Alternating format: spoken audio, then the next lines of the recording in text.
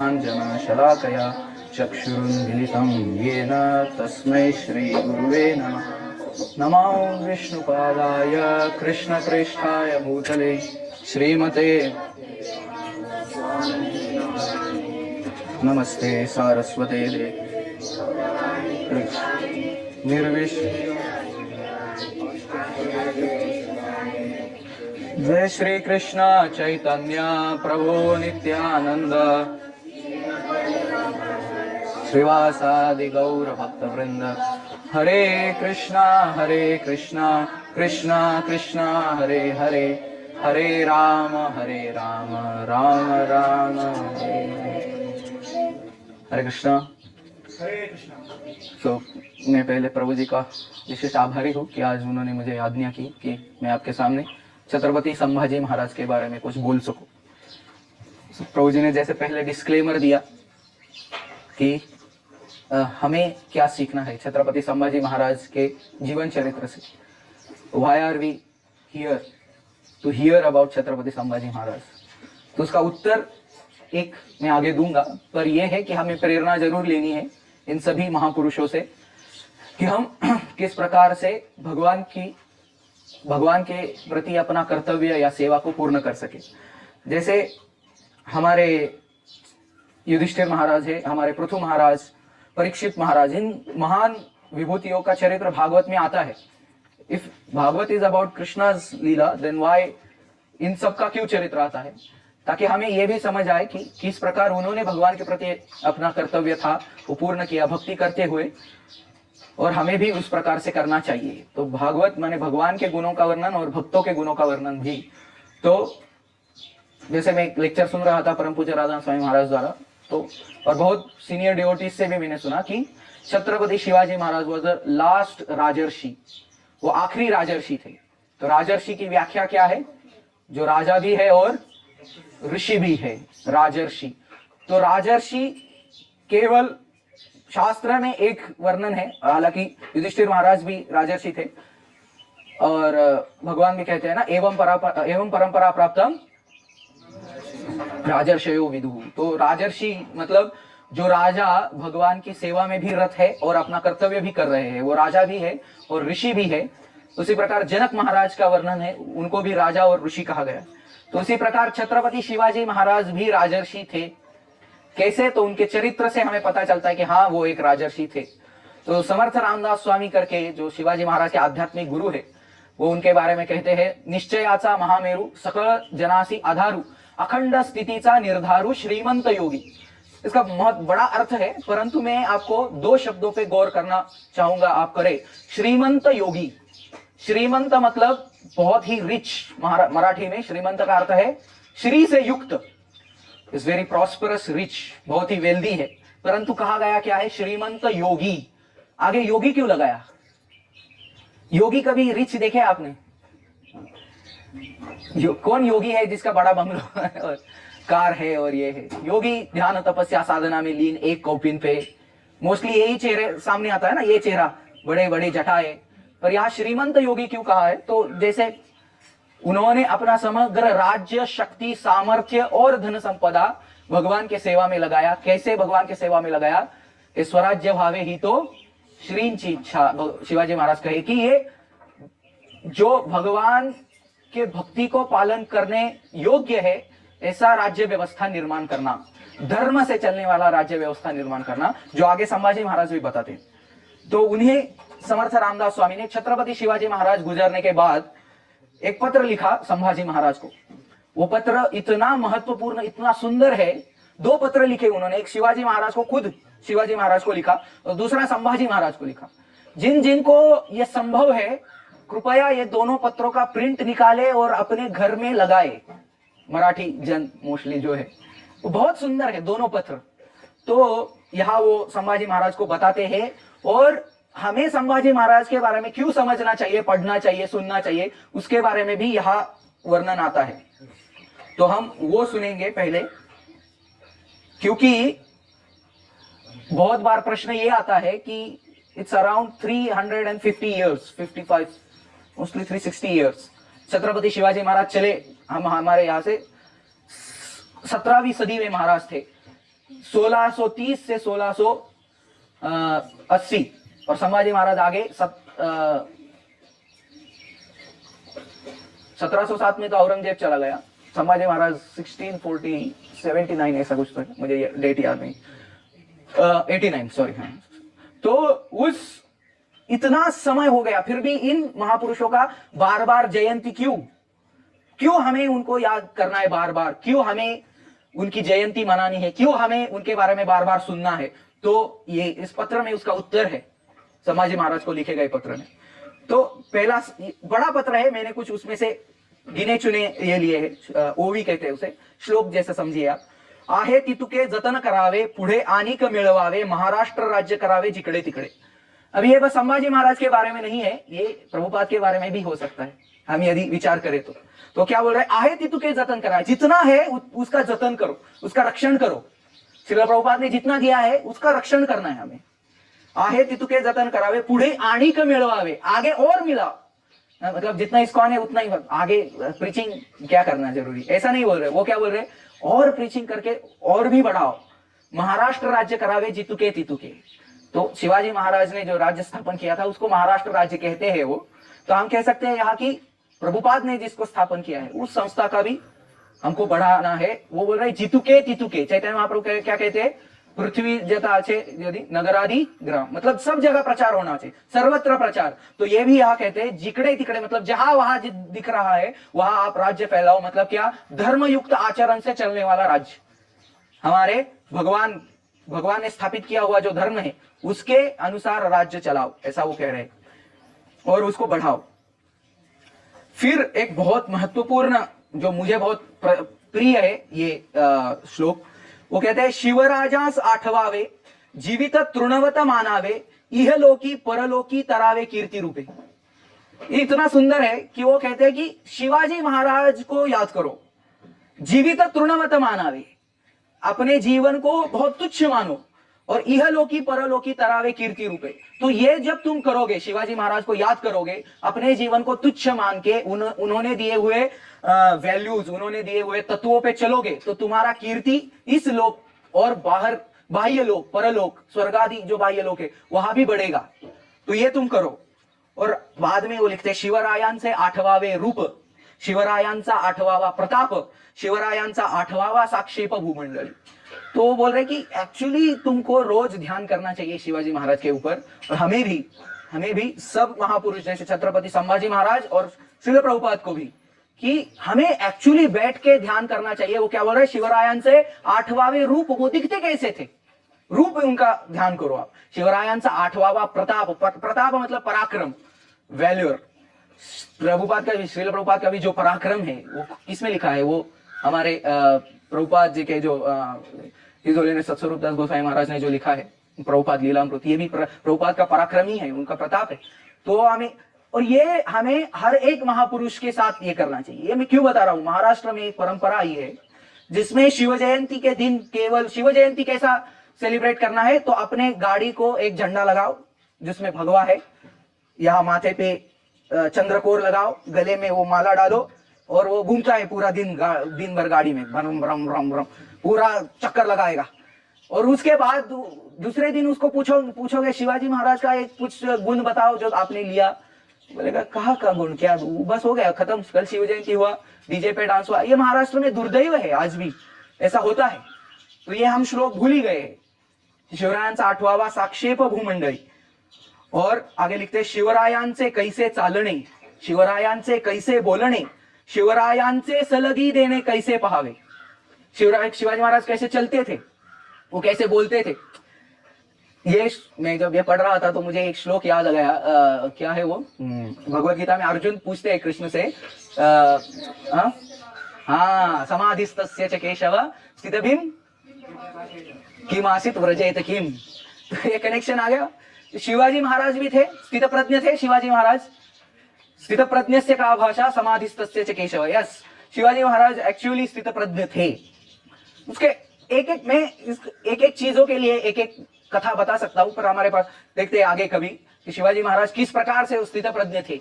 तो ये यहाँ यही बोल रहे हैं कि स्थित भीम किम प्रभाषेत किम आसित व्रजेत की, व्रजेत मतलब वही शिवाजी शिवरायांचे कैसे चालणे, शिवरायांचे कैसे बोलणे, कैसे बोलते थे वो ग्रॉस मटेरियलिस्ट मतलब बोलना ये भी हुआ, और किम जिसमें प्रभाषेत और जो भगवत गीता में एक अर्थ है गुह्य अर्थ, वो भी दोनों अर्थ यहाँ है। किम आसित व्रजेत की मतलब उनका इंद्रिय कहाँ लगा हुआ है ना, इन सब चीजों को भी ध्यान में रखना है। और ये बहुत महत्वपूर्ण लाइन है शिवाजी महाराज के बारे में, सकळ सुखांचा त्याग करुणी साधीजे जो योग, राज्य साधनाची लगबग कैसी केली।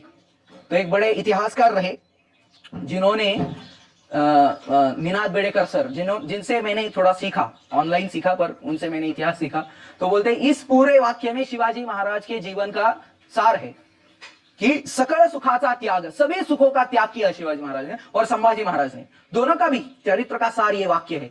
सकल सुखाचा त्याग करुणी साधीजे जो योग, योगस्थम कुरु कर्माणि कृष्ण कहते हैं ना, राइट, कि जो योग है आप योग में रह के कर्म करो। तो अर्जुन को जो कहते हैं कि माम अनुस्मर युद्ध च, तो शिवाजी महाराज को ये एकदम परफेक्ट बैठता है कि सतत भगवान का स्मरण और युद्ध दोनों एक साथ। तो यो जो योग है करुणी साधीजे जो योग, और उन्होंने क्या लिखा है आगे, राज्य साधनाची लगबग कैसी केली, मतलब किस प्रकार से उन्होंने पूरा राज्य चलाया, ये आप ध्यान रखो। मैं हमेशा एक प्रश्न या हमेशा ये सोचता था कि राज्य साधन मतलब आया रजोगुण, परंतु फिर भी ये युधिष्ठिर महाराज, पृथु महाराज, परीक्षित महाराज, अम्बरीश महाराज, शिवाजी महाराज, इन लोगों ने उस स्थिति में रहकर भी अपना सत्वगुण, महाराज का छत्रपति शिवाजी महाराज के बारे में ऐसा कहा जाता है कि उनकी एक रूम थी छोटी सी, उस रूम में महाराज सोते थे और महाराज नीचे सोते थे, महाराज पलंग पे नहीं सोए लास्ट के दिनों में विशेषता। और बेलगांव में एक बड़े भक्त है विष्णुलोक प्रभु जी, उनसे मैं बात कर रहा था तो वो मुझे बता रहे थे कि शिवाजी महाराज के आखिरी दिनों में एक बखर में भी एक कथा है, महाराज ने सभी को बाहर जाने को बोला, पद्मासन में बैठे और ध्यान लगाते हुए उन्होंने ब्रह्मरंध्र से अपना, ये बखर में भी है ऐतिहासिक साधन में मैंने पढ़ा कुछ, और उन्होंने भी मुझे बताया। और जब महाराज हालांकि वो शिव भक्त तो थे, परंतु भगवान श्री कृष्ण और श्री राम से भी बहुत प्रीति प्रेम था, भक्ति थी। तो जब वो गए श्रीशैलम, तो उन्होंने विचार किया कि मैं अभी त्याग करके सब कुछ यहाँ संन्यास लेता हूँ या भगवान के चरणों में अपने आपको अर्पण करता हूँ। तो बखर में उस ऐतिहासिक साधन में ऐसा उल्लेख है कि भगवान शिव उनके स्वप्न में आए और बताया कि आपको अभी आगे करना है। जैसे तुकाराम महाराज का भी देखे ना आप, उस मूवी में शिवाजी महाराज उनसे कहते हैं कि मुझे सब कुछ त्यागना है, तो तुकाराम महाराज कहते हैं कि यही एक्चुअली आपका ये है। जैसे कृष्ण ने अर्जुन को बताया कि फल्गु वैराग्य से अच्छा है युक्त वैराग्य। युक्त वैराग्य मतलब जो भी हमारा सामर्थ्य है, जो भी हमारा शक्ति है, उसको भगवान के सेवा में अर्पण करना। तो ये है। और सबसे महत्वपूर्ण जो लास्ट वाला श्लोक है, जिसके लिए आज हम यहां बैठे हैं, समर्थ रामदास उनको लिखते हैं, त्याहुनी करावे विशेष तरीच म्हणवावे पुरुष, या उपरी काय विशेष अनिक लिहावे। इससे कुछ अच्छा करके दिखाओ और तभी अपने आप को पुरुष कहो। बहुत मेरे मन को इतना छुआ ये लाइन कि वो कहते हैं याहुनी करावे विशेष, खुद को ज्यादा 30 मार कहां समझते हैं हम, I will do that, I will this वो। पर समर्थ रामदास कहते हैं कि यदि if you are real follower of Chhatrapati Shivaji Maharaj and Sambhaji Maharaj, तो हमको कह रहे हो, हालांकि पत्र लिखा है इनको संभाजी महाराज को, पर कह हमको रहे हैं याहुनी करावे विशेष, इससे कुछ अच्छा करो, ज्यादा करो, तरीच म्हणवावे पुरुष, तभी खुद को पुरुष कहलाओ, या फिर हम कह सकते हैं तभी खुद को real follower of Shivaji Maharaj कहलाओ, और या ऊपरी काय विशेष आनिक ले आओ। इससे ज्यादा मैं क्या बताऊं आपको, आप खुद समझ सकते हैं। मतलब अनुकरण और अनुसरण ये दो पद्धति है ना, तो वो कह रहे हैं कि अनुसरण पे ज्यादा, क्योंकि आजकल लोगों में बहुत ही फैड है ये ऐसा दाढ़ी बढ़ा के, वो माला रख के, महाराष्ट्र में तो बहुत है, चंद्रकोर लगा के कानों में, और शिवाजी महाराज जैसा दिखने का प्रयास करते हैं।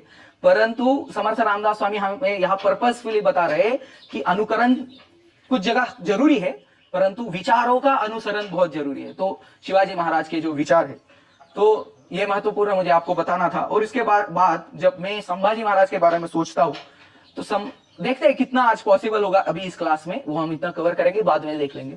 तो मुझे हमेशा एक सुभाषित याद आता है, पता नहीं आप में से किन किन को ये पता है। बहुत सुंदर सुभाषित है, यदि आप उसको नोट डाउन कर सकते हो तो बहुत सुंदर है। ये जो है वो गूगल पे मिल जाएगा आपको पत्र। तो वो सुभाषित है, शतेषु जायते शूरः सहस्त्रेषु च पंडितः वक्ता दशसहस्त्रेषु दाता भवति मानवः। मतलब शतेषु जायते शूर, 100 में एक शूर जन्म लेता है। सहस्त्रेषु च पंडितः, 1000 लोगों में एक पंडित होता है। वक्ता दशसहस्त्रेषु, 10,000 में एक वक्ता होता है। और दाता भवति मानवः, पता नहीं दाता जन्म लेता है या नहीं, बहुत कम होते हैं दाता। दाता मतलब दान करने वाले। तो मैं ये पढ़ने के बाद ये सोचा था कि संभाजी महाराज शूर भी है, संभाजी महाराज पंडित भी है। कैसे, मैं आपको आगे बताऊंगा। संभाजी महाराज वक्ता भी है, बहुत सुंदर वक्ता है, वो भी मैं आपको बताऊंगा। और संभाजी महाराज दाता भी है। कैसे, तो चैतन्य चरण प्रभु उन्होंने जो लेक्चर दिया था संभाजी महाराज पे, उसमें एक उन्होंने उसका नाम रखा है life of sacrifice and sacrifices of the life.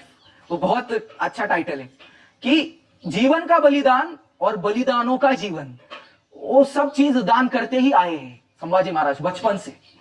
पहले माता चली गई, पिता का संग नहीं मिला, फिर जब बड़े हुए, जब कुछ समझ आया, 8 साल के वर्ष आयु में मिर्जा राजे जयसिंह के पास रहे।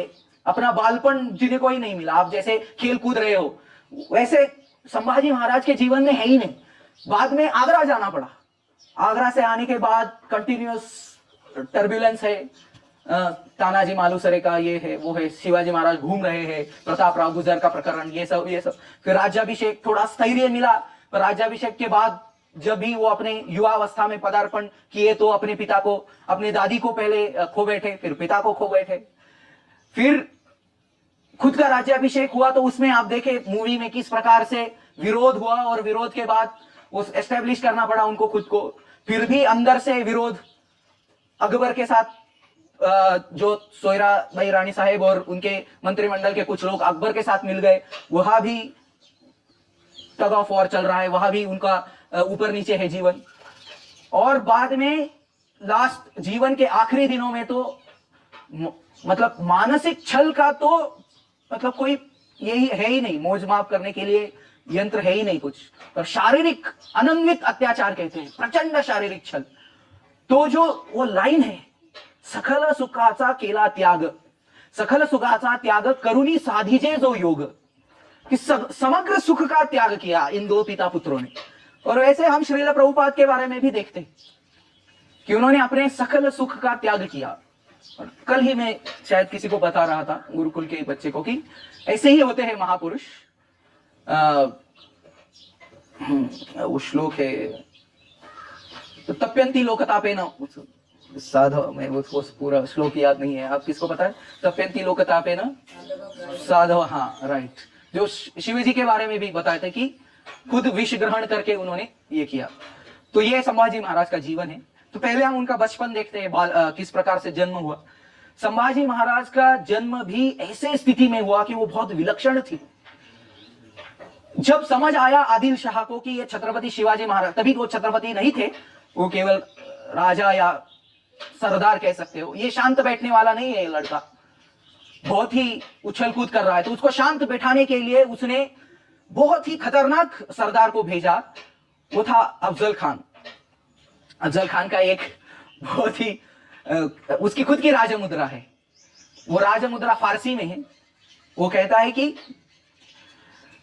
वो उतनी याद नहीं है मुझे, पर उसका अर्थ ऐसे है, उसमें एक वाक्य है, फजल फुजला व फजल अफजल, हाँ, यागर मल की बजाय तब्दीर आवाज आयत अफजल अफजल। मतलब वो खुद के बारे में ऐसा लिखता है कि उच्च से उच्च स्वर्ग में जो मौलवी है या देवता है, उनसे पूछा जाए कि इस ब्रह्मांड का सबसे श्रेष्ठ योद्धा कौन है, तो वो जिस माला पे जप कर रहे हैं उस माला के मनियों से आवाज आएगा अफजल अफजल अफजल अफजल अफजल। शिवाजी महाराज ने 2 मिनट में ठोक दिया उसको। वो खुद के बारे में इतना यह था कि उसने राजमुद्रा ऐसा लिखा था कि मेरा स्वर्ग में भी पूछा जाए कि महान श्रेष्ठ योद्धा कौन है तो वो अफजल खान है, ऐसा। और ये अफजल खान इतना भयानक था कि जब औरंगजेब और अफजल खान का युद्ध हुआ तो औरंगजेब उसके चंगुल से बच गया, मतलब अफजल खान उसको पकड़ के मारने ही वाला था तो वो भाग गया, तो औरंगजेब भी बड़ा डरता था उससे। तो ये जब अफजल खान आए, मतलब पुरंदर पे, छत्रपति शिवाजी महाराज की प्रथम पत्नी सईबाई रानी साहब, उन्होंने उनको जन्म दिया। जन्म देने के बाद जो दुग्धपान के लिए बच्चे को माँ के पास दिया जाता है, तो कुछ कारणवश उनका स्तनपान नहीं हो पाया अपनी माँ से, तो उनके लिए एक विशेष माँ बुलाई गई, विशेष स्त्री बुलाई गई उनके स्तन से, क्योंकि वो भी, उनका भी पुत्र उसी समय जन्मा था, तो वो आधा दूध अपने पुत्र के लिए रखते थे, आधा दूध संभाजी महाराज के लिए रखते थे, तो उनको धाराऊ कहा गया।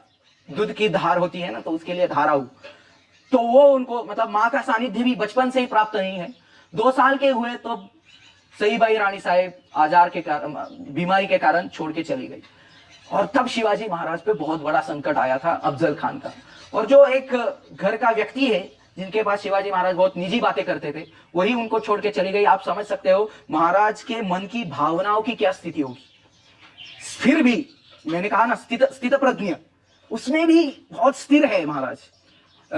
जो हम भगवत गीता में भी कहते कि आगमा अपाइनो नित्यस्तान तितिक्षस्व भारत जैसा। तो उस समय संभाजी महाराज 2 ही साल के थे। 2 साल के समय उनको भी क्या झेलना पड़ रहा है, एक तो माँ चली गई है, फिर माँ के बाद जो अति प्रिय है वो पिता भी प्रतापगढ़ पे है। संभाजी महाराज को राजगढ़ पे रख के शिवाजी महाराज प्रतापगढ़ को चले गए, और दादी को भी कंटिन्यूअस टेंशन है कि मेरे तो शिवाजी महाराज का क्या होगा। और इस स्थिति में संभाजी महाराज को जीजा माता बहुत ही अच्छे संस्कार के साथ बड़ा कर रही है। मतलब जीजा माता का कौशल्य क्या है वो भी हम समझ सकते हैं। और संभाजी महाराज अपने दादी के साथ ही तब बहुत ज्यादा समय बिताए। और एक आफरे बुआ करके बड़ी प्रसिद्ध कीर्तनकार है, उनका मैं कल सुन रहा था। तो शिवाजी महाराज को जीजा माता ने 2 चरित्र बताए, एक श्री राम चरित्र, दूसरा श्री कृष्ण चरित्र। ये दोनों चरित्रों ने शिवाजी महाराज के चरित्र का निर्माण किया है। ये बात आप, शिव भारत नाम का बड़ा ग्रंथ है, उस ग्रंथ में कविंद्र परमानंद नेवासकर, जिन्होंने महाराज से परमिशन लिया कि मैं आपके बारे में ग्रंथ लिखता हूं, उस ग्रंथ में उन्होंने महाराज के बारे में लिखा क्या कि महाभारत और रामायण का महाराज नित्य श्रवण करते थे। और कैसा श्रवण, चिंतन युक्त। बचपन में ही उनको रामायण और महाभारत मुखोद्गत था और वो बहुत ही चिंतन करते थे उन चीजों पे। तो शिवाजी महाराज का श्री राम बहुत ही प्रिय व्यक्तिमत्व थे, आदर्श व्यक्तिमत्व थे।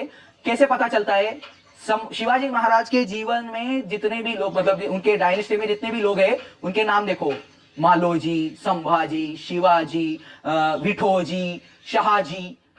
उन शिवाजी महाराज के पुत्र भी, शिवाजी महाराज के भाई भी व्यंकोजी, खुद शिवाजी, उनके बेटे संभाजी, पर दूसरे बेटे का नाम उन्होंने रखा राजा राम, कि वो उनको लगा कि श्री रामचंद्र का नाम उनको दिया जाए। एक्चुअल में उनका नाम राम था, बाद में वो राजा का पद, इसलिए वो राजा राम, उनको राम राजे भी कहते थे। महाराज की खुद की इच्छा थी कि अपना पुत्र वैसा रहे। और मैं राजा राम महाराज की मुद्रा भी मैंने पढ़ी, उस मुद्रा में ऐसा लिखा है, जिस प्रकार दशरथ पुत्र राम है उस प्रकार ये शिव पुत्र राम है, और उसी प्रकार से ये भी प्रजा पालन करेगा, इसी राजमुद्रा है उनकी। तो ये शिव चरित्र और कृष्ण चरित्र और राम चरित्र, उसके साथ साथ जीजा माता शिव चरित्र भी सुनाने लगी संभाजी महाराज को। तो पता है तुम्हारे पिता क्या किए, वो तोरना पैसे जीते, 16 साल की आयु में उन्होंने तोरना जीत लिया।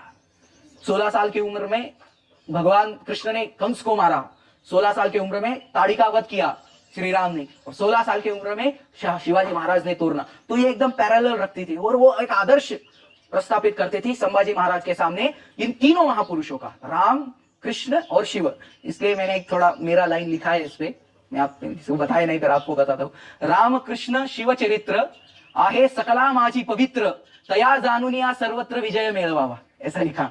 मतलब राम कृष्ण और शिव, ये जो चरित्र है वो बहुत पवित्र है, और उनको जान के आप सर्वत्र विजय प्राप्त कर सकते हैं। Ram plus Krishna is equal to Shivaji Maharaj, ये मेरा एक इक्वेशन है, बहुत महत्वपूर्ण है सभी ने इनको जानना। और ये प्रूफ के साथ बता सकता हूं मैं कि कहा कृष्ण जैसा वर्ताव किया शिवाजी महाराज ने और कहा राम जैसा वर्ताव किया, ऐसे प्रसंग है। तो ये सुनते सुनते बड़े हुए। अफजल खान को मिलने के लिए महाराज गए, तो लगभग 2 साल के बाद ही राजगढ़ पे वापस आए महाराज।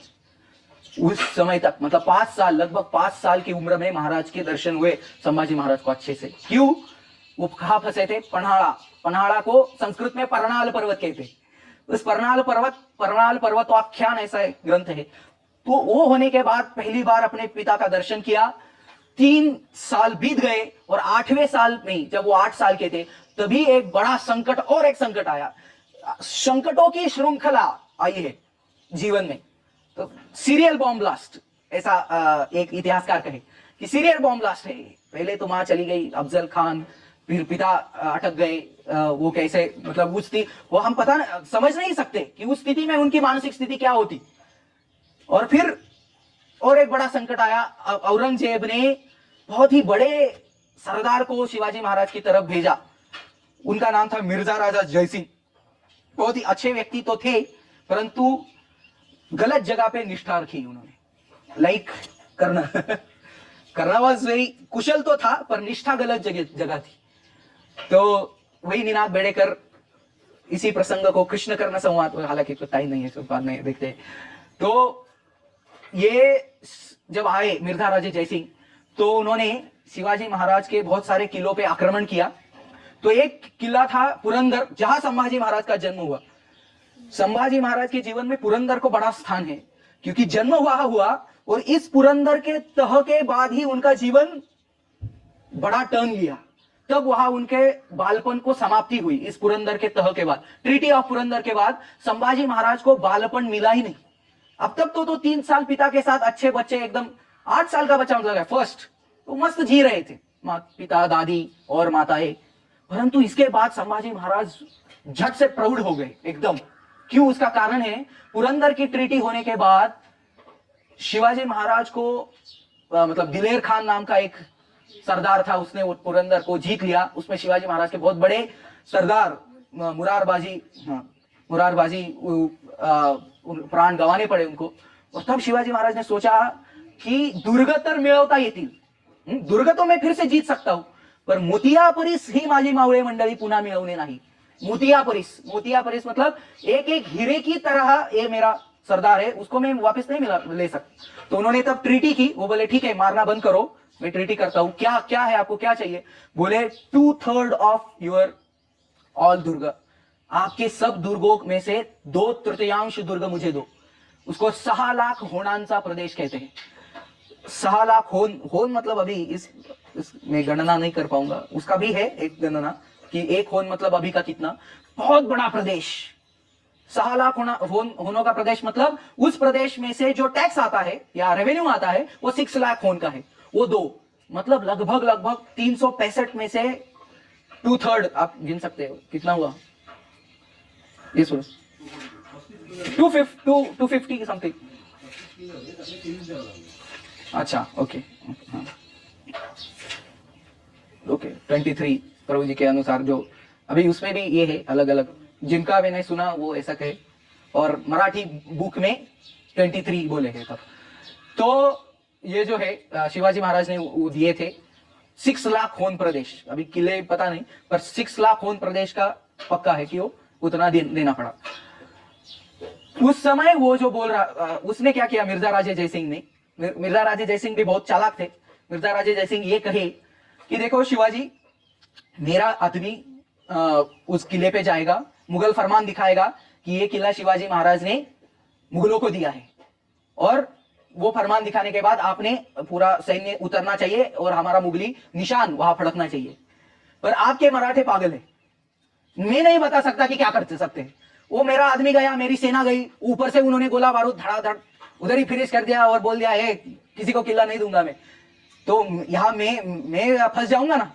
तो जब तक पूरे किले मेरे हाथ में नहीं आते तब तक तुम्हारा 8 साल का बच्चा मेरे पास रखो एज अ सिक्योरिटी, कि यदि मेरे किसी आदमी को तुम्हारे किलेदार ने मारा तो सबसे पहले मरेगा तुम्हारा बेटा। तो अभी ये कैसे समझाए संभाजी महाराज को, बच्चे हैं 8 साल की, कि तुम्हें वहां जाना है और ऐसा ऐसा काम करना है। शिवाजी महाराज, एक प्रसंग आप थोड़ा इमेजिन कर सकते हैं, 8 साल का बच्चा, महाराज उसके पास गए, हाथ में हाथ लिए और बोले संभा, आपको बहुत बड़ा काम करना है, इस स्वराज्य की रक्षा करने का समय आ गया है। आपको मिर्जा आजोबा के पास जाना है। देखो शिवाजी महाराज मिर्जा राजे जयसिंह शत्रु की तरह नहीं, याद रखो वो तुम्हारे दादाजी है, दादा की तरह उनको ट्रीट करो। देखो ये याद रखा है, मैं आगे प्रसंग बताऊं। उनके पास जाना है और वहां 3 महीने रहना है, और वहां रह के कुछ नहीं, वो जो बताते हैं वो करो। तुम्हारा निधि ध्यासन जो है, जो तुम रोज करते हो, सुबह उठ के प्राणायाम, सूर्य नमस्कार हर रोज, कुछ भी साधना है, और तुम्हारा लेखन वाचन वो करो। कुछ अलग करना है तो मुझे पूछे बिना नहीं करना, और हमेशा मिर्जा राजे को रिस्पेक्ट दो एज योर ग्रैंडफादर। तो अगेन एक शिष्य को कैसे होना चाहिए, गुरु के प्रति निष्ठा और गुरु आज्ञा का पालन। तुरंत संभाजी महाराज ओके चलेगा, आप बता रहे तो मैं जाने को तैयार। कैसे, अभी तो मेरा बर्थडे आएगा ना पापा, मुझे ये चाहिए, तभी मैं जाऊंगा जब मुझे आप टैबलेट खरीद के दूंगे। He was not stubborn, वो बहुत ही निष्पाप और निष्ठावान थे। पिता ने बोल दिया और चले गए। और क्या कहा, जितना कहा कि रोज का निधि ध्यासन करो, रोज का काम करो, और कुछ करना है तो मुझे पूछो, पत्र आएगा मैं उत्तर दूंगा, तभी करना है, और मिर्जा राजे को हमेशा रिस्पेक्ट देनी है, ये याद रख। और बताया बेटा देखो, अब तुम बच्चे नहीं रहे हो, अभी तुम्हें स्वराज्य का काम करना है। यू आर, अभी वहां तुम रिप्रेजेंटेटिव ऑफ स्वराज्य हो, तुम स्वराज्य के प्रतिनिधि के तौर पे जा रहे हो, तो वहां तुम्हें वैसा रहना है, सावध। तो संभाजी महाराज चले, उनके साथ प्रताप राव गुजर करके महाराज के बड़े सरदार थे, वो थे।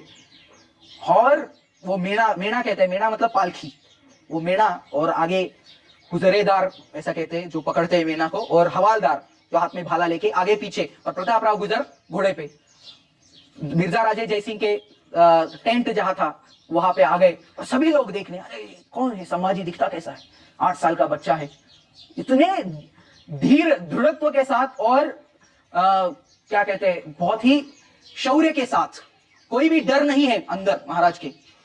और उस निर्भय स्थिति में संभाजी महाराज उतरे, और अभी उतरने के बाद लोगों को लगा कि बच्चा है, थोड़ा डर जाएगा, कैसे क्या है इधर उधर, अभी आए हैं ना हमारे गुरुकुल में भी आते हैं तो क्या है, मुझे थोड़ा डर लगता है, insecurity. Sambhaji Maharaj was like कि मैं शिवपुत्र हूं। तो उसका फुल कन्विक्शन था उनमें कि मेरे पिता मुझे कुछ होने नहीं देंगे, और भगवान पे निष्ठा थी। तो निष्ठा से आता है आत्मविश्वास।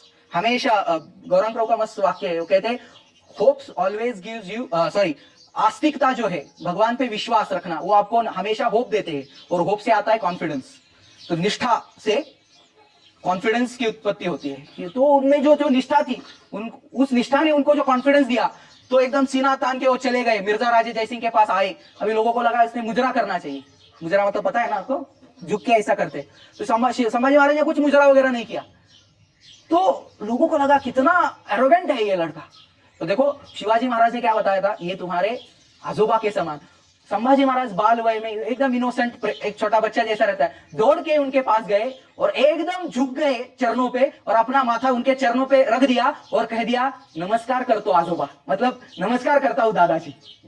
अभी ये एक भावनिक संबंध जुड़ गया इसमें। इसके पीछे भी एक मनोविज्ञान है। शिवाजी महाराज ने क्यों बताया आजोबा, अपने यदि उसको उन्होंने अपना पोता मान लिया, तो किसी भी प्रकार से पोते को हानि हो ऐसा काम मिर्जा राजे नहीं कर सकते। वो क्या बोले थे, आपके सैनिक ने मेरे सैनिक को मारा तो संभाजी मारा जाएगा। तो उनका भावनिक संबंध नहीं था। अभी वो भावनिक थोड़ा समझने के लिए वो भावनिक संबंध एस्टेब्लिश हुआ।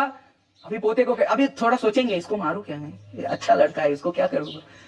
तो उसके बाद संभाजी महाराज भी बहुत सुहृदयता से, प्रेमल, जो एकदम प्रेम के साथ उनका वार्तालाप मिर्जा राजे से होता था। और मिर्जा राजे इतने वो संभाजी महाराज पे प्रसन्न थे, क्या बात, क्या लड़का है ये।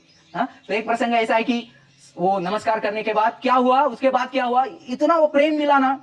उनका भी पोता होगा, वो दिल्ली में है, तो उनको उनके पोते के याद आ गए।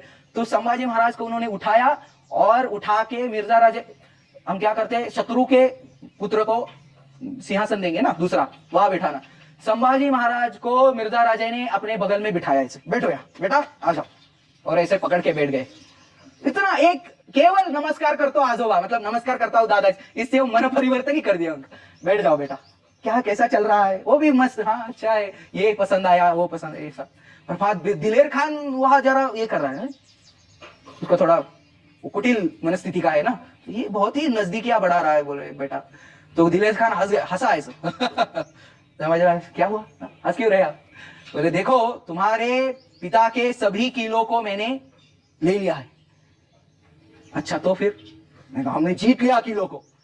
जीत तो लिया, लेके थोड़ी जा सकते हो, किले तो यही रहेंगे। मतलब क्या, जीत लिया है, दिल्ली को जाने के बाद फिर से हमारे ही है यहाँ शासक, तुम निकल जाओगे फिर हम जीत लेंगे। तो बुद्धि चातुर्य, मैंने क्या कहा, शतेषु जायते शूरा, देखा हमने 8 साल की उम्र में चले गए, शतेष शूर है। सहस्त्रेषु च पंडिता, पंडित भी है, वर्ताव कैसे करना है पता है। और वक्ता दश सहस्त्रेषु, वक्ता भी है, बहुत सुंदर वक्ता है। क्या उत्तर दिया, प्रत्युत्तर क्या दिया, जीत लिया है लेके थोड़ी जाओगे। तो वक्ता दश सहस्त्रेषु है। तो इसके बाद फिर उनके जीवन में जो प्रसंग आया बहुत कठिन। एक 8 साल के थे, 9th बर्थडे उन्होंने आगरा में सेलिब्रेट किया। वो मे भी आपको पता होगा, या अभी समय नहीं है कि वो फिर आगरा में गए शिवाजी महाराज औरंगजेब के बुलाने पे। वहां क्या कहते दरबार का वर्णन इतना जबरदस्त है, कविंद्र परमानंद नेवासकर करते हैं। और एक राम सिंह के वकील है, उनका नाम दास करके ऐसा कुछ नाम है उनका, वो बहुत सुंदर वर्णन करते हैं मेवाड़ी भाषा में कि किस प्रकार औरंगजेब, उसने सब तामझाम, औरंगजेब का बर्थडे था उस दिन, और सब तामझाम किया था शिवाजी महाराज को नीचा दिखाने के लिए कि देखो मैं कौन हूं। और बड़ा सा दीवाने आम और दीवाने खास नाम के 2 दरबार भरते थे। तो महाराज दीवाने खास का तो मिस कर गए, दीवाने आम में महाराज चले गए। तो सब लोग उनके सब सरदार, तो यहां मैं पहले बताना भूल गया कि संभाजी महाराज को 5000 मनसबदार मतलब एक प्रदेश का वो छोटा किंग भी होता है और उसके पास 5000 की सेना भी होती है। तो he is also revenue collector and also something commander. तो वो मनसबदार 5000 मनसबदारी, 1000, 2000, 3000, 5, 7000 ऐसे मनसबदारी according to level of commanders उनको दी जाती है। तो वो सब मनसबदार सामने खड़े हैं औरंगजेब के, और तब औरंगजेब ऐसा बैठा है ऊपर सबके सामने। याद कीजिए, जिनको वो सीन याद है थोड़ा आप बता सकते हैं। एक ऊंचा स्थान होता है, उस स्थान में औरंगजेब बैठता है, और सामने सब लोग ऐसे। बादशाह के सामने कभी भी मुंह उठाना नहीं चाहिए, रूल 1। सेकेंड रूल, बादशाह के सामने कभी डायरेक्ट बोलना नहीं चाहिए, ऐसे हाथ रख के बोलना चाहिए। बादशाह को पीठ दिखा के कभी नहीं जाना चाहिए, पीछे सरकते जाते हैं ना वैसे जाना चाहिए। शिवाजी महाराज ने वो तीनों रूल एक दिन में तोड़ दिए उस समय। तो जब वो बैठा था, और हाँ, जब वो बैठा था, और तब संभाजी महाराज और शिवाजी महाराज दोनों वहां थे। और एकदम मैं फास्ट बता रहा हूँ, बहुत मस्त प्रसंग है वो कि शिवाजी महाराज ने देखा कि जसवंत सिंह राठौड़ नाम का एक भगोड़ा सरदार जो स्वराज्य में आया और हार के भाग गया, तो उसके पीछे शिवाजी महाराज को खड़ा किया है। और वो देखने के बाद राम सिंह थोड़ा आगे है। राम सिंह कौन है, मिर्जा राजे जय सिंह का पुत्र। वो थोड़ा आगे खड़ा था और शिवाजी महाराज पीछे थे। और शिवाजी महाराज बहुत ही मतलब, और एक नियम है कि कम आवाज में बात करनी है बादशाह के सामने। और शिवाजी महाराज ऐसा भड़के, उसको देख के जसवंत सिंह राठौड़ ऐसा भड़के, राम सिंह, आवाज एकदम उस पूरे महल में आवाज, राम सिंह राम सिंह राम सिंह, एको वगैरह सब इफेक्ट के साथ। और सब लोग चौंक गए, बाप रे, ये कभी देखा ही नहीं था हमने। और उस एक और व्यक्ति उसमें थी, उस दरबार में, उसका नाम था जीनत-उन-निसा, औरंगजेब की बेटी। थोड़ा सा नाम अजीब है, जीनत-उन-निसा। वो एक लड़की दिखाई है ना छावा में, उसकी बेटी है औरंगजेब की, जीनत-उन-निसा। और वो ये देखी और कही कि मेरे पिता के सामने लोगों का अपना सर उठाना बहुत मुश्किल है, और ये व्यक्ति ऐसा सिंह की तरह गर्जना किया, राम सिंह, इस भगोड़े के पीछे हमको क्यों खड़ा किया है। बोले इसे सामने खड़े हमको कैसे बुलाया गया था, एज अ एनिमी किंग। तो एनिमी किंग को समतुल्य वर्ताव किया जाता है उसके साथ, ना कि कुछ मनसबदारी देके उसको तुच्छ। औरंगजेब ने उसको पर्पसफुली किया था, क्योंकि औरंगजेब को शिवाजी महाराज को थोड़ा ये करना। तो औरंगजेब को तो शिवाजी महाराज एकदम बोले कि हमारा स्थिति क्या है और तुम्हारा बादशाह हमारे साथ वर्तन क्या करता है, मुझे इस तुम्हारे बादशाह का मुंह नहीं देखना, चलो यहां से। राम सिंह बोले नहीं कृपया प्लीज ऐसा मत कीजिए, बादशाह के सामने धीरे बोलिए। ये संभाजी महाराज देख रहे हैं, आपने जो देखा छावा में, संभाजी महाराज भी सीना तान के ऐसे औरंगजेब के सामने खड़े हैं और मुंह आंखों में आंखें डाल के ये कर रहे हैं, ये कहां से आया? ये यहां से आया उनके पास। अपने पिता को ही देखा कि कैसे मेरे पिता स्वाभिमान, क्योंकि शिवाजी महाराज अपने अहंकार के लिए नहीं कर रहे। शिवाजी महाराज नोज कि वो रिप्रेजेंटेटिव है स्वराज्य के, और स्वराज्य क्या है? ये तो भगवान ने बताई हुई एक चीज है, और दूसरा संतों के आशीर्वाद से शुरू हुआ एक कार्य है। तो शिवाजी महाराज का अपमान मतलब वो एक तो भगवान का अपमान और दूसरा महाराष्ट्र के संतों का और जनता का भी अपमान। तो इसलिए शिवाजी महाराज, ना कि खुद का अहंकार, शिवाजी महाराज विनम्र है तो तुकाराम महाराज के सामने झुक जाते हैं, समर्थ रामदास स्वामी के सामने झुक जाते हैं। एक पत्र ऐसा है, एक तो इतिहास की नोंद ऐसी है कि शिवाजी महाराज राम जन्मभूमि के उत्सव के लिए सज्जनगढ़ गए तो वहां वो झाड़ू मारने का काम किए पूरे सज्जनगढ़ पे। उन्होंने सेवा का बंटवारा किया था लोगों में, तो वो झाड़ू मारने की सेवा खुद को ली। तो इतना विनम्र है फिर भी उसके सामने। तो वो बोले हम मुंह नहीं देखना चाहते। तो औरंगजेब बोला कुछ उनको खिल्लत दो, खिल्लत मतलब कुछ उनको गिफ्ट दो कुछ। तो बोले शिवाजी महाराज ऐसे तो हम बहुत सारे लोगों को बांटते हैं, तुम्हारे बादशाह को बोलो हमसे अच्छे वर्ताव करे, नहीं तो तुम्हारे पिताजी भी जानते हैं और तुम्हारा बादशाह भी जानते हैं कि शिवाजी राजा कौन है। नहीं, he was very confident, right. और फिर शिवाजी महाराज औरंगजेब के पास आए, ऐसा मुंह, और ये भी बेटा वही है सेम जैसे पिता कर रहा है वैसे ही ये भी ऐसे सीना तान के, और फिर मुड़ गए एंड दे लेफ्ट, पीठ दिखा के। तो औरंगजेब इतना मतलब वर्णन ऐसा है कि वो ऐसा जल रहा था अंदर से, और सब लोग उसको आके बोले कि उसको मार डालो शिवाजी को आप ऐसा।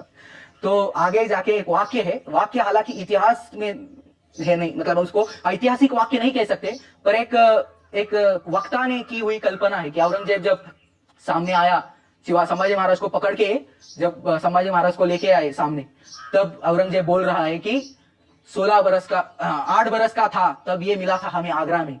तब हमने उसको पूछा था कि अरे संभा तुम्हें हमारा डर नहीं लगता?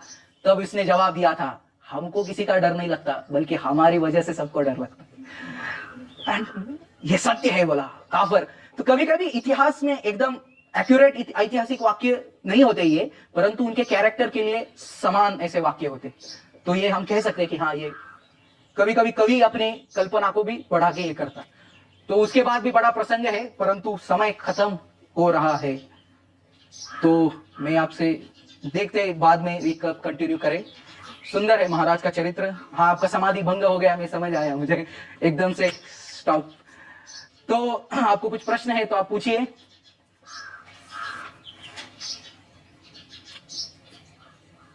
अब तक कुछ प्रश्न नहीं?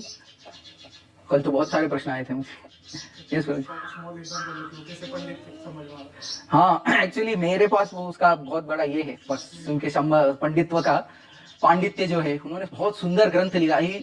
वो 16 भाषाओं के ज्ञाता थे, 16 भाषाएं आती थी संभाजी महाराज को, और उसमें भी वो संस्कृत को बहुत प्यार करते थे।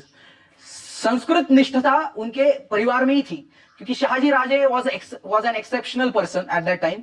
वो खुद बहुत ही संस्कृत को बहुत प्रेम देते थे, और ऐसा वर्णन है कि शाहजी राजा बेंगलोर जो है तब का बंगलुरु, वहां के वो राजा थे, और उस राजा उनका दरबार लगता था शाहजी महाराज का।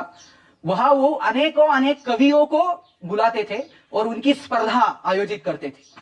तो संस्कृत, हिंदी, ब्रज भाषा बहुत प्रसिद्ध रही तब। किसके इसमें है? वो भूषण नाम के जो कवि है उनके इसमें जो आप सुनते हो, इंद्रजिमी जंबपर पाड़वसु अंबपर रावण सदंबपर रघुकुल राज है, पौनवारी बाह पर समूरति नाह पर जो सहस्र बाह पर राम द्विजराज है, दावा मृग झुंड पर चीता मृग झुंड पर भूषण वितुंड पर जैसे मृगराज है, तेजतम अंश पर कन्नजी कंस पर त्योमलेच्छ वंश पर शेर शिवराज है।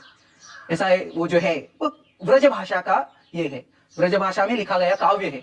तो उसको भूषण भावनी भी कहते हैं, शिवराज भूषण नाम के ग्रंथ में उन्हें। तो ऐसे शाहजी महाराज के दरबार में अनेक संस्कृत कवि थे, और शाहजी महाराज ने हेतु पूर्वक शिवाजी महाराज की राजमुद्रा संस्कृत में बनाई, क्यों? तब बाकी सबकी राजमुद्रा फारसी, अरबी, इन भाषाओं में थी। शाहजी राजे कहे कि मेरे पुत्र की राजमुद्रा मुझे संस्कृत में ही चाहिए, और उसके बाद सबकी राजमुद्रा संस्कृत में है। और अपने दादाजी का ही क्या कहते हैं उसे, हेरिडिटी आगे बढ़ाते हुए संभाजी महाराज ने अपनी श्री शंभु शिव जातस्य मुद्रा गौरी व राजते हृदंकस्य विनोलेखा वर्तते तस्य लोपरी, ऐसा सुंदर है कि संभाजी महाराज की मुद्रा। तो उन्होंने ग्रंथ लिखा बुधभूषण। उस बुधभूषण में वो अपने पिता का वर्णन, एक्चुअली मैंने श्लोक लाए हैं, देखते हैं हम कब ये करते हैं। बस मैं एक वो श्लोक बताता हूँ, रुकता हूँ। बहुत सुंदर वर्णन किया है अपने पिता का। वो कहते हैं कलिकाल भुजंग मावलीढ़ निखिलम धर्म विक्लवम वेक्षम्य जगतपति अंशावतापोवतीर्ण सशिव छत्रपति जयत्येर्जय। मतलब कली काल में जब धर्म के क्या पताका को या धर्म को कली काल के भुजंग आवलीढ़, उस धर्म को जब कली काल के भुजंग ने ऐसा जकड़ के रखा है और वो निखिलम धर्म वेक्षम विक्लवम उसका नाश होने वाला है, तभी जगतः पतिर अंशावतापोवतीर्ण, ये स्थिति देख के जगतः पति मतलब कौन? श्री विष्णु। जगतस्य पति भगवान श्री विष्णु को लगा करुणा आई। अभी संभाजी महाराज ऐसा लिख रहे, शास्त्र प्रमाण नहीं है, पर उनकी कवित्व का या बुद्धिमत्ता का या शिवाजी महाराज के प्रति लोगों का तब क्या धारणा थी महाराज के प्रति, ये बताने। और वैसे भी शास्त्र में राजा को विष्णु स्वरूप माना है, क्योंकि वो उस मनुष्य में मैं राजा हूं, तो उस इससे उन्होंने लिखा। तो कहते हैं जगतपति अंशावतापोवतीर्ण, उस जगत के पति का अंश प्रकट हुआ मेरे पिता के रूप में, उस शिव छत्रपति का मैं पुनः पुनः जय जयकार करता हूं। ऐसा सुंदर वो लिखते हैं और खुद के बारे में भी लिखते। तस्यात्मजा शंभुरिति प्रसिद्धा समस्त सामंत शिरो वसंतः। यह कथा पुराण कवित्व कोदंड विद्यार्णव पारगामी, मतलब उनके पुत्र है संभाजी। समस्त सामंत शिरो वसंतः, समस्त सरदारों में जैसे ऋतुओं में वसंत राजा है, वैसे समस्त सरदारों में ये राजा है, श्रेष्ठ है। समस्त सामंत शिरो वसंतः तस्या, वो उसमें उनको क्या क्या आता है? कथा, काव्य, शास्त्र, पुराण और कोदंड विद्या। कोदंड माने धनुष्य, तो उनको धनुष्य बाण भी आता था। तो ऐसा खुद के बारे में और पिता के बारे में लिखते हैं, बहुत सुंदर है। उसके श्लोकों का अभी हम कभी ना कभी चर्चा करेंगे। यस, अगर हम क्या करते हैं तो हमारा क्या बढ़ता है? ये लोग कीर्ति, ऐसा उन्होंने लिखा है। वो शिवरायासी आठवावे जीवित तृणवत मानावे, मतलब शिवाजी महाराज की तरह कार्य करेंगे, अपने सुखों का त्याग करेंगे और भगवान के कार्य के लिए खुद को समर्पित करेंगे, तो आपका इहलोक और परलोक में कीर्ति बढ़ेगा, ऐसा वो कह रहे हैं। Yes,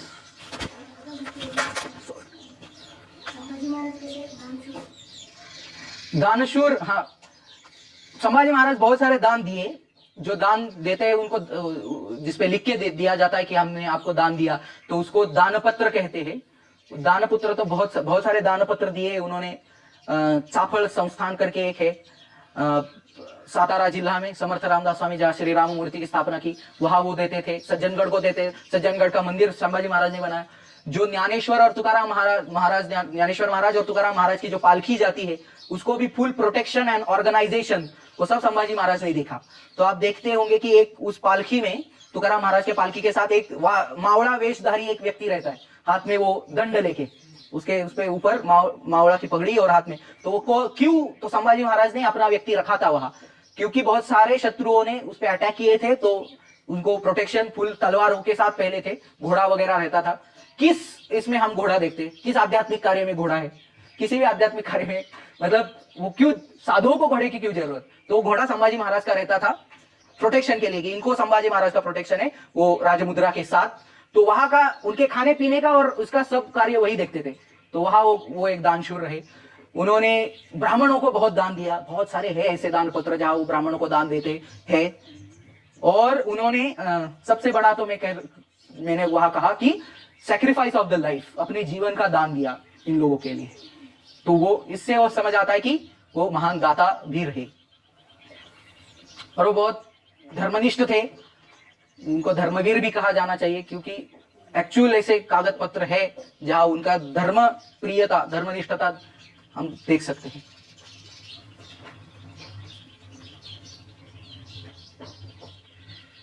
thank you. हो गए प्रश्न? धन्यवाद। पाद की जय।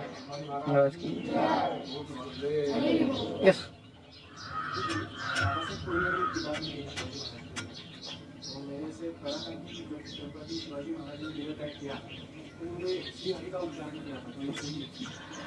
इतिहास में, हाँ, इतिहास में क्या है, अलग अलग इतिहासकार अलग अलग प्रमाण प्रस्तुत करते हैं। तो उस प्रस्तुत प्रमाणों के अनुसार हमें जाना पड़ता है। तो उसमें भी उस प्रमाण की प्रमाणबद्धता क्या है ये सब देखना। तो ये जो विष्णुलोक प्रभु ने जो मुझे बताया था वो एक बखर में है। बहुत महत्वपूर्ण 2 बखर है शिवाजी महाराज के ऊपर। बखर माने एक कथा जैसा, पुराण जैसा ही छोटा सा। एक है सभासद बखर जो मेरे पास खुद है, एक है दिग्विजय बखर, एक है चिटनीस बखर, ऐसे अलग अलग बखर है। तो सभासद बखर में इसका उल्लेख है कि हाँ, और सभी बखरी बखर जो है उनको विश्वासार्ह नहीं कहा जा सकता। उसका ये भी देखिए, कालखंड उत्तरार्ध है, समकालीन है। These are some technical things in history. तो उसके अनुसार कि वो क्या देते हैं, प्रमाण क्या देते हैं। तो ये बखर के अनुसार तो प्रमाण है। बाकी जनरल समकालीन ये देखे शिव भारत वगैरह, तो मृत्यु के समय का इतना कुछ बताया नहीं गया कि वो उन्होंने क्या किया वगैरह। परंतु हाँ, ये कह सकते हैं शिव भारत, क्योंकि शिव भारत समकालीन ग्रंथ है। एक तो शिवाजी महाराज के आज्ञा के अनुसार कविंद्र परमानंद ने लिखा, उनके जब वो थे तब लिखा, समकालीन लिखा, तो बहुत ज्यादा विश्वासार्ह है। तो उसमें कई बार कविंद्र परमानंद शिवाजी महाराज की तुलना श्री विष्णु से करते हैं और श्री राम से करते हैं। और बचपन में वो हमेशा रामायण महाभारत पढ़ते थे और कृष्ण और श्री राम का बहुत ही महत्वपूर्ण प्रभाव उन पे था, ये लिखते हैं। कई कबार तो एक कवित्व का गुण होता है ना, तो काव्य भाव में शिव बाल लीला कृष्ण बाल लीला से भी कंपेयर करते हैं कि वो मिट्टी खाए, वो जाके बाहर मिट्टी खाए, ऐसा। तो वो काव्य भाव है। If someone is rational not emotional, then वो बोलेगा क्या चल रहा है। पर ये भी मान्य है क्योंकि वो सिद्धांत के विरुद्ध नहीं जाता, तो ऐसा। परंतु शिव भारत के अनुसार लास्ट वाला एकदम एग्जैक्ट पता नहीं, बखर के अनुसार ये है। और शिव भारत में मात्र उनका ये है, क्योंकि तोरना जीतने के बाद 2 माची मतलब जो पर्वत का जो भाग ऐसा छोटा छोटा होता जाता है, उसको माची कहते हैं। उस माची को नाम दिया, तोरना जीतने के बाद 2 नाम दिए। एक को नाम दिया राजमाची और दूसरे को नाम दिया सुवेड़ा नाम दिया। उसका रियल नाम है सुवेळू। सुवेळू कहां से आया है, मराठी शब्द है, ये सुवेल से आया है। सुवेल पर्वत माने श्रीराम, एक था त्रिकुट और उसके विरुद्ध सुवेल। तो श्रीराम रावण को जहां से देखते थे वो पर्वत का नाम, वो शिखर का नाम सुवेल था। तो शिवाजी महाराज ने उसका नाम हेतु पुरस्सर सुवेळू दिया, सुवेड़ा दिया, क्योंकि वो बताना चाहते कि हम श्रीराम के पक्ष से, या उनको श्रीराम के रामायण का उनपे ज्यादा प्रभाव था। तो सुवेड़ा, तो बहुत सारे लोगों को पता नहीं है, सुवेड़ा सुवेल पर्वत से आया है।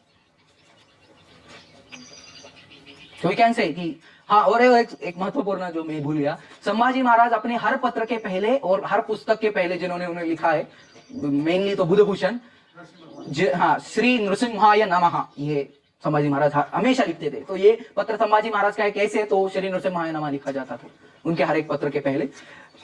वो शाक्त थे पर वो लिखते हमेशा नृसिम्हाय नमः। तो हम मैं कह सकता हूँ कि वो वैष्णव भी थे। और जो संभाजी महाराज के ओरिजिनल चित्र मैंने देखे, उसमें उन्होंने ऊर्ध्व पौंड्र पहना है, न कि त्रिपुंड्र या शाक्त संप्रदाय। ऑलवेज 2 चित्र है संभाजी महाराज के ओरिजिनल, दोनों में मैंने अच्छे से देखा जूम करके, दोनों में ऊर्ध्व पुंड्र है। सो हाँ, ऐसा जो हम पहनते हैं, ये तिलक, वैष्णव तिलक तो है। तो हम कह सकते हैं कि कनेक्शन है संभाजी महाराज का वैष्णव के साथ। Thank you. हरे कृष्णा हरे कृष्णा कृष्णा कृष्णा हरे हरे राम। तो क्षत्रियों के जो कर्तव्य है, मनुस्मृति में भी और चाणक्य कौटिल्य अर्थशास्त्र में भी श्लोक आता है कि 4 मुख्य काम है क्षत्रियों के। First is to acquire land, second is to protect land and people, third is to organise resource making and wealth creation, and fourth is to distribute fairly, justly wealth that is created. क्या 4 काम है क्षत्रियों के? अभी acquire land मतलब पहले जमीन को अपने आधिपत्य में लाना। किस लिए लाना? ताकि वो धर्म के अनुसार पृथ्वी का वो भूभाग जो है उसका भरण पोषण या उसका सुरक्षा किया जा सके। इसलिए क्षत्रिय पहले सबसे क्या करते हैं? अक्वायर लैंड एक्विजिशन बहुत इंपॉर्टेंट है। दूसरा है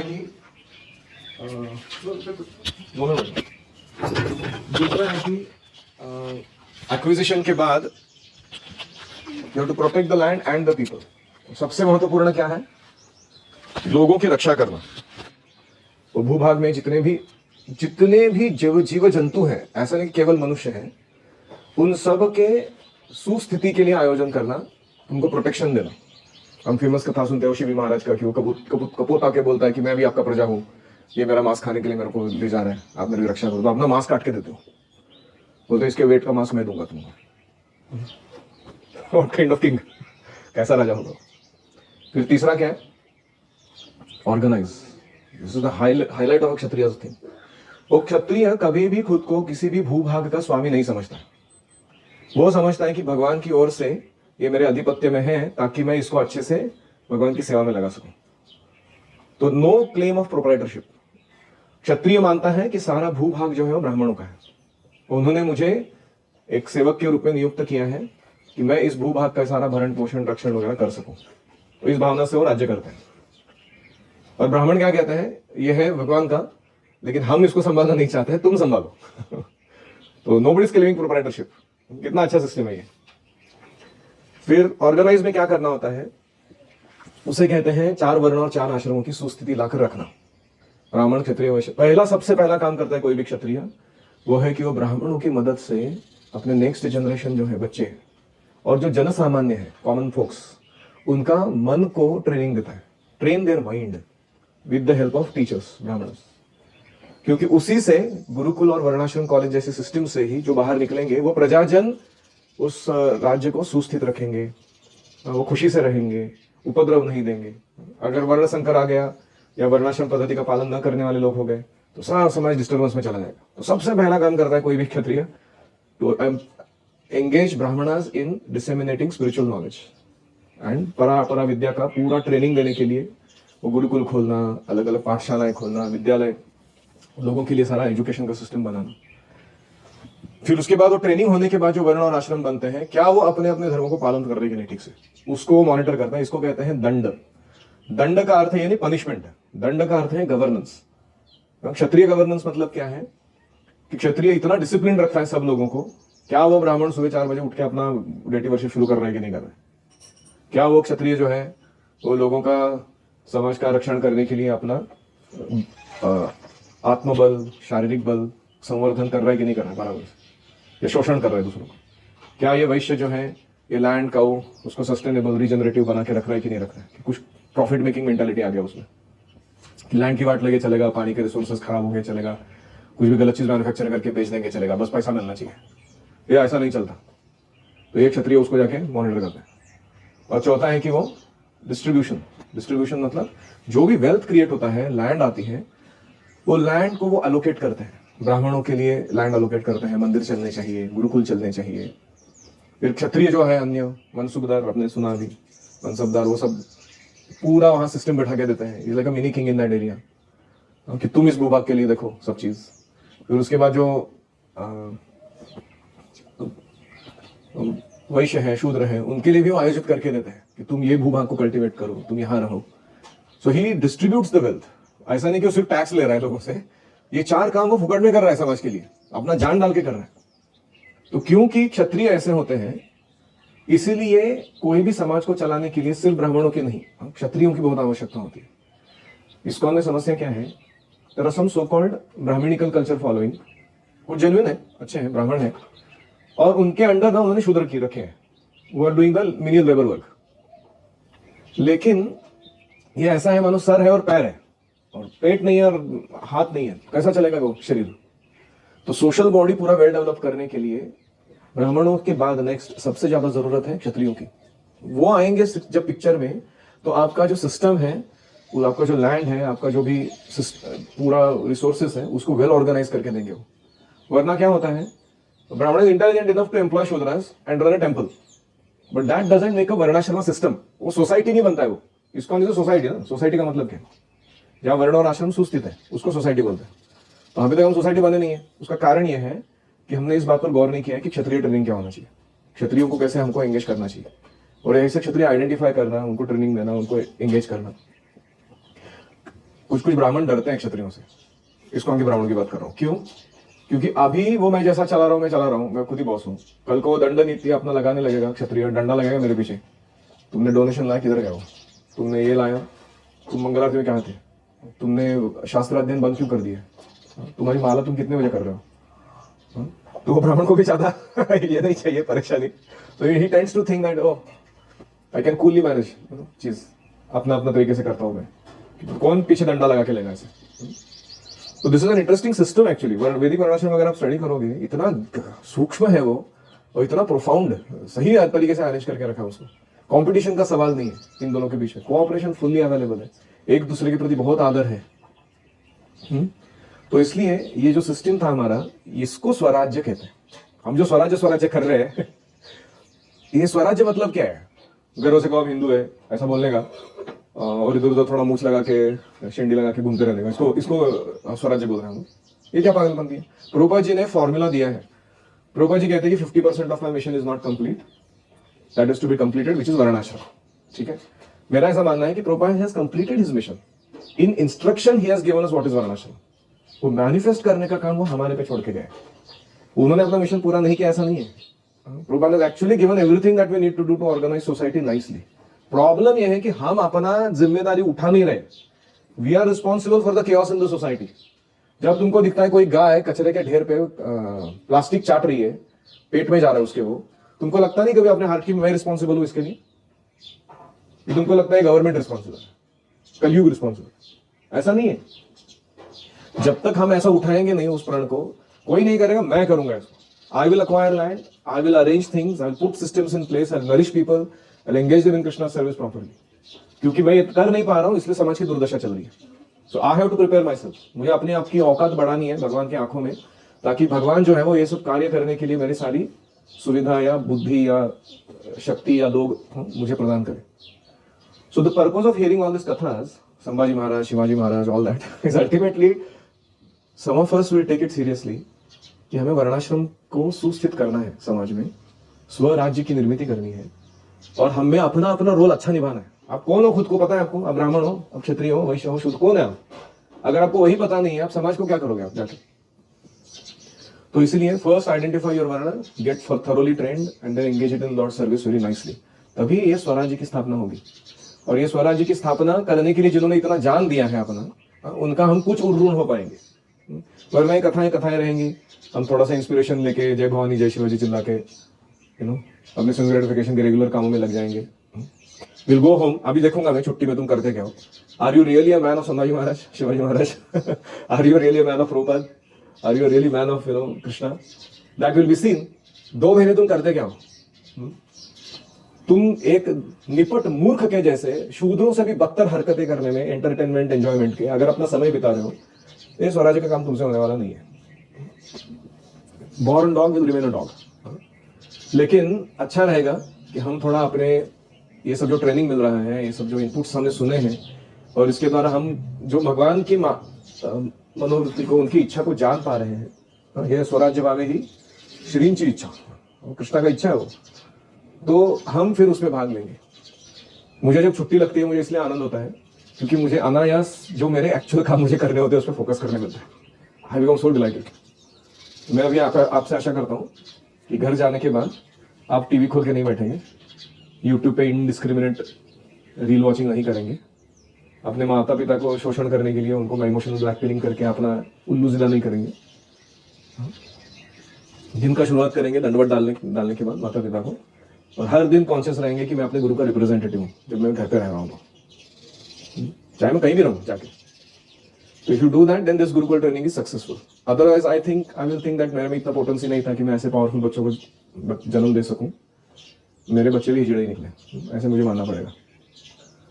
तो कृपा करके ये जो इनपुट्स हैं अलग अलग, उनका अपने प्रेरणा के रूप में, अपनी बुद्धि के दायरे को बढ़ाने के रूप में इस्तेमाल करें। डोंट जस्ट टेक की जाए अप्रोच, की जाए मतलब समझ महाराज की जाए, हो गया क्लास खत्म, हम खत्म, उसके बाद ऐसे नहीं होना चाहिए। Thank you, Hare Krishna.